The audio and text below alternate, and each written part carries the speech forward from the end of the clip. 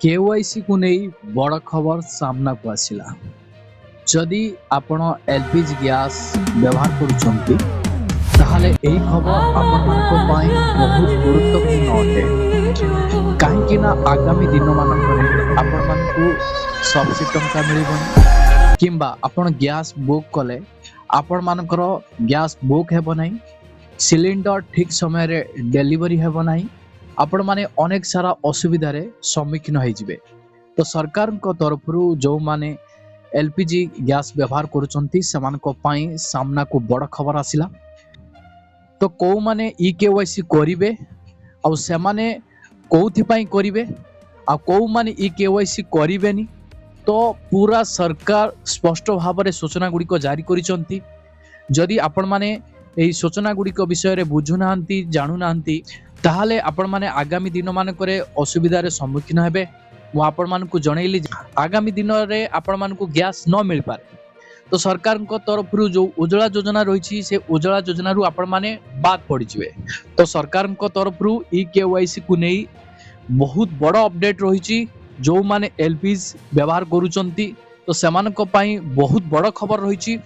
तो आपण माने वीडियोटी को शेष पर्यंत देखंतु बिना स्किप रे, जहा फल रे आपण संपूर्ण तथ्य बुझी पारिबे जानि पारिबे सरकार को तरफ जो माने एलपीजी गैस व्यवहार करुचंती सेमानक पई ई केवाईसी को नहीं बड़ खबर सामना को वर्तमान आसीची। तो कौन रही ई केवाईसी को नहीं नुआ नियम तो संपूर्ण सूचना ए गुटिए वीडियो माध्यम रे ही आपण जानि जिवे। अलगा वीडियो आपण मानकु देखिया पई पड़िबोनी। तो ता पूर्वरु आपण मानकु कहि रखिबी चैनल रे जदि नुआ करी आपण वीडियोटी देखुथांती ताहले वीडियो को लाइक करी चैनल को सब्सक्राइब करी पाखरे थिबा बेल आइकन को क्लिक कर दियंतु, कारण सरकार को तरफ जो सब नुआ योजना गुड़िक आसीबो, सरकार को तरफ जो सब नुआ सूचना गुड़िक आसीबो, देश विदेशर गुरुत्वपूर्ण खबर विषय रे एवं ओडिशार सबुठु टॉप न्यूज आपण माने एही चैनल माध्यम रे ही जानिबा को पाइबे।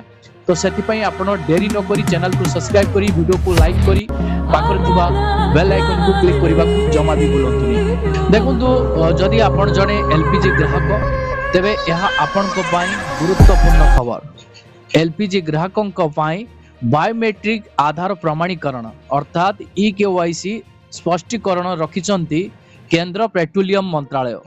केवल अनधिकृत एलपीजी व्यवहारकारी ई केवाईसी व्यवस्था समस्त एलपीजी उपभोक्ता ई केवाईसी करबा दरकार नहीं, जहाँ सरकार तरफ स्पष्ट कर दिया जाइछि। जो माने उज्ज्वला गैस हाथै चंती सेमानकर योग्यता मानदंड सरकार तरफ जहाँ भी रही से माने से योग्यता भितर आसुना, किंतु एलपीजी गैस हाथौचंती ता सहित सब्सिडी मध्य हाथौचंती। तो सरकार तरफ बड़ निष्पत्ति निया जाइछि।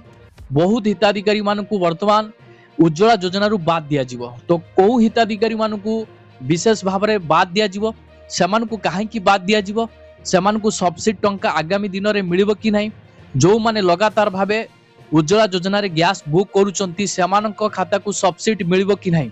तो वर्तमान जो सरकार को तरफ नियम रही तो आपण माने केतोटी गैस आनिले आपण मानकु सब्सिडी टंका मिलिबो, यार लिमिट आपण मानकर क्रॉस हे गले आपण मानकु आउ सब्सिडी टंका मिलिबोनी।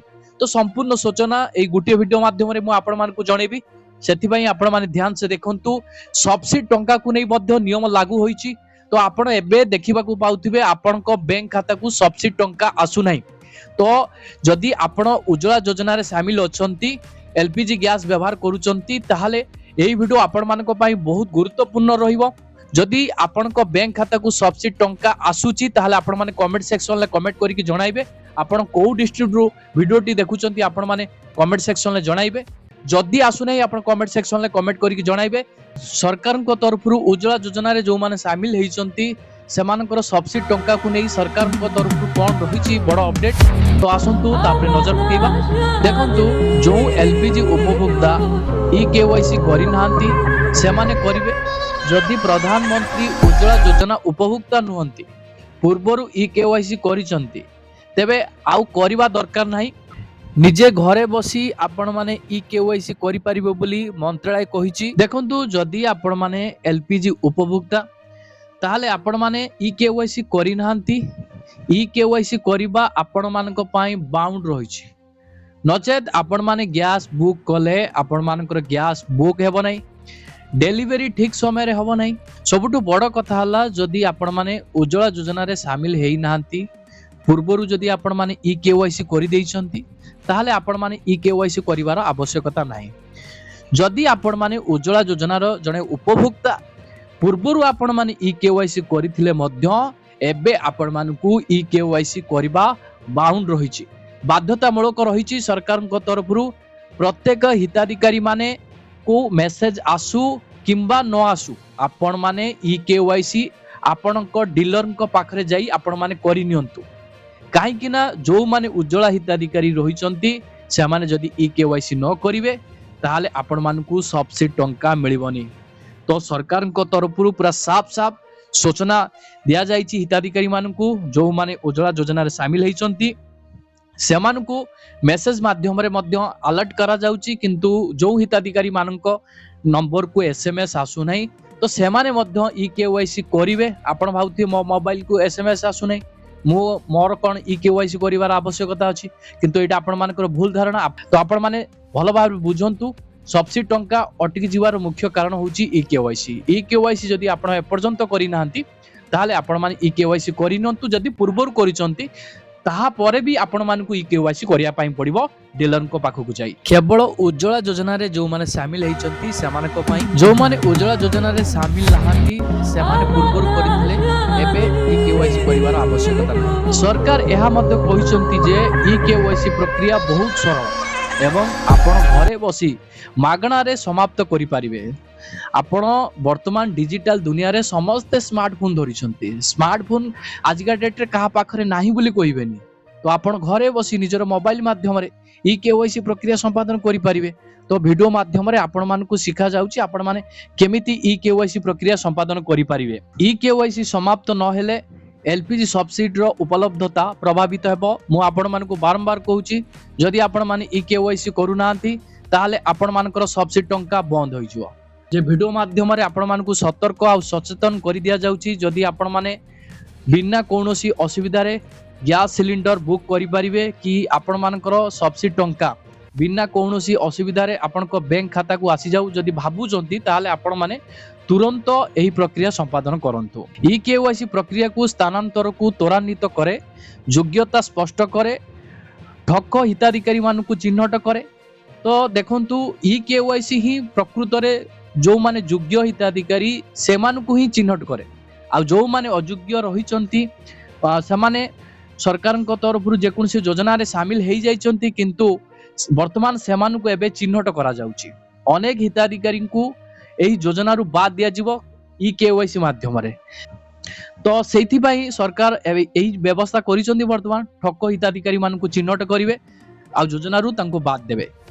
एलपीजी रो अपव्यवहार किंबा दिगो परिवर्तन को रोकिबारे सहाय्य करिवो एही व्यवस्था। जदि आपण जणे अण पीएमयूआई ग्राहक अर्थात प्रधानमंत्री उज्ज्वला योजना रु बाद पडिचंती एवं पूर्वरु ई केवाईसी पूर्ण करि सारिचंती तेबे आपणकु एहा पुनर्बार करिबाकू पड़िबो नै। तो देखंतु जो माने उज्ज्वला योजना रे शामिल हेई नांती आपण माने एलपीजी उपभोक्ता जणे किंतु उज्ज्वला योजना रे शामिल हेई नांती ताले पूर्वरु आपण माने ई केवाईसी करिसंती एबे आपण मानकु ई केवाईसी करिवार आवश्यकता नै। तेबे आपणकु एहा पुनर्बार करिबाकू पड़िबो नै। प्रधानमंत्री उज्ज्वला योजना पीएमयूआई अधीन रे थिबा ग्राहक मानकु प्रति आर्थिक वर्ष रे केवल थरे ई केवाईसी पूर्ण करिबाकू पड़िबो। तो देखंतु प्रधानमंत्री उज्ज्वला योजना रे जो ग्राहक माने रहिचंती से माने प्रति वर्ष थरे मात्र ई केवाईसी करिया पई पड़िबो। 2026 रे जदी आपण माने ई केवाईसी करिचंती ताहाले 2027 रे आपण माने ई केवाईसी करिवे, 2028 रे आपण माने ई केवाईसी करिवे। वर्षकू थरे आपण माने आपण मानकर निकटस्थ डीलर को पाखकु जाई ई केवाईसी संपादन करि परिवे। जदि से माने 7 सिलिंडर रिफिल करे 8म एवं 9म रिफिल उपरे सब्सिडी पाइबा को चाहंती जो हिताधिकारी माने एही प्रक्रिया संपादन करिवेनी, कहिबा गले ई केवाईसी करिवेनी, केवल 7टा सिलिंडर पर्यंत तांकू सब्सिडी टंका मिलिबो। 8टा सिलिंडर पाखुरु आपण मानकर 9म 10म आपण जते सिलिंडर तापरे बुक करिवे आपण मानकू सब्सिडी टंका मिलिबो नाही। କହିବାକୁ ଗଲେ ଯଦି ଆପଣ ମାନେ 7ଟା ସିଲିଣ୍ଡର ବୁକ୍ କରିଛନ୍ତି ତ ସେଇ 7ଟା ସିଲିଣ୍ଡର ପର୍ଯ୍ୟନ୍ତ ଆପଣ ମାନଙ୍କୁ ସବସିଡି ଟଙ୍କା ମିଳିବ। ଯଦି ଆପଣ ମାନେ ଇ କେୱାଇସି କରିନାହାନ୍ତି 7 ପରେ ଯେତେ ବି ଗ୍ୟାସ୍ ସିଲିଣ୍ଡର ଆପଣ ମାନେ ବ୍ୟବହାର କରିବେ ଆପଣ ମାନଙ୍କୁ ସବସିଡି ଟଙ୍କା ମିଳିବନି। ଏଠି ଆପଣଙ୍କର ପ୍ରଶ୍ନ ଆସୁଥିବ ଯଦି ଆମେ ମାନେ ଇ କେୱାଇସି କରିଦେଲୁ ତାହେଲେ 7ଟା ପରେ ଯାହା ବି ଗ୍ୟାସ୍ ଆମେ ବୁକ୍ କରିବୁ ଆମକୁ ସବସିଡି ଟଙ୍କା ମିଳିବ କି ନାହିଁ? 100% ଆପଣ ମାନଙ୍କୁ ମିଳିବ। 7ଟା ସିଲିଣ୍ଡର ପରେ ଆପଣ ମାନେ ଇ କେୱାଇସି ଯଦି ସମ୍ପାଦନ କରିଦେଇଥିବେ ଏହି ଆର୍ଥିକ ବର୍ଷରେ ଆପଣ ମାନଙ୍କୁ 7ଟା ପରେ ଆପଣ 8ଟା 9ଟା ପର୍ଯ୍ୟନ୍ତ ଆପଣ ମାନଙ୍କୁ ସବସିଡି ଟଙ୍କା ମିଳିବ। 9 ପରେ ଆପଣ ମାନଙ୍କୁ ଆଉ ସବସିଡି ଟଙ୍କା ମିଳିବ ନାହିଁ। ଆପଣ ମାନେ ଭଲ ଭାବରେ ବୁଝି ରଖନ୍ତୁ ଏହି ସବସିଡିର ନିୟମଟି। ତ ଏହି ସବସିଡି ଟଙ୍କା ଆପଣ ମାନଙ୍କୁ କୋଉ ମାଧ୍ୟମରେ ମିଳୁଛି? ଡିବିଟି ମାଧ୍ୟମରେ ମିଳୁଛି। ଆପଣ ଜାଣିଥିବେ ଘରୁ କରନ୍ତୁ ଏଲପିଜି ଇ କେୱାଇସି। ସର୍ବେ ପ୍ରଥମେ ଆପଣ ମାନଙ୍କର ଏଲପିଜି ପ୍ରଦାନକାରୀ ଅଫିସିଆଲି ମୋବାଇଲ ଆପ୍ ଏବଂ ଆଧାର ଫେସ୍ ଆରଡି ଆପ୍ ଡାଉନଲୋଡ ଆପଣ ମାନେ କରନ୍ତୁ ପ୍ଲେ ଷ୍ଟୋର କୁ ଯାଇ। ଏହା ପରେ ଆପଣ ମାନଙ୍କର ଏଲପିଜି ସଂଯୋଗ ସହିତ ଲିଙ୍କ ହୋଇଥିବା ମୋବାଇଲ ନମ୍ବର ବ୍ୟବହାର କରି ପଞ୍ଜୀକରଣ କରନ୍ତୁ କିମ୍ବା ଆପ୍ ରେ ଲଗ୍ଇନ୍ କରନ୍ତୁ। ଲଗ୍ଇନ୍ କରିବା ପରେ ଆପ୍ ରେ ଦିଆଯାଇଥିବା ଇ କେୱାଇସି ବିକଳ୍ପ ଉପରେ କ୍ଲିକ୍ କରନ୍ତୁ ଏବଂ ଆପଣ ମାନଙ୍କର ଆଧାର ନମ୍ବର ପ୍ରବେଶ କରନ୍ତୁ। ଏହା ପରେ ପ୍ରମାଣୀକରଣକୁ ଅନୁମତି ଦିଅନ୍ତୁ। ଏବେ ଆପଣଙ୍କୁ ଆଧାର ଫେସ୍ ଆରଡି ଆପ୍ ମାଧ୍ୟମରେ ଫେସ୍ ପ୍ରମାଣୀକରଣ ସମାପ୍ତ କରିବାକୁ ପଡ଼ିବ। ଆପଣଙ୍କ ଫେସ୍ ସଫଳତାର ସହ ଯାଞ୍ଚ ହେବା ପରେ ସିଷ୍ଟମ ଆପଣମାନଙ୍କୁ ଇ କେୱାଇସି ସମାପ୍ତିର ନିଶ୍ଚିନ୍ତକରଣ ହେବ। ଏହି ପ୍ରକ୍ରିୟା ସମାପ୍ତ ହେବା ମାତ୍ରେ ଆପଣମାନଙ୍କର ଏଲପିଜି ସଂଯୋଗ ଅପଡେଟ୍ ହୋଇଯିବ ଏବଂ ଆପଣଙ୍କୁ ଆଉ କୌଣସି ସମସ୍ୟାର ସମ୍ମୁଖୀନ ହେବାକୁ ପଡ଼ିବ ନାହିଁ।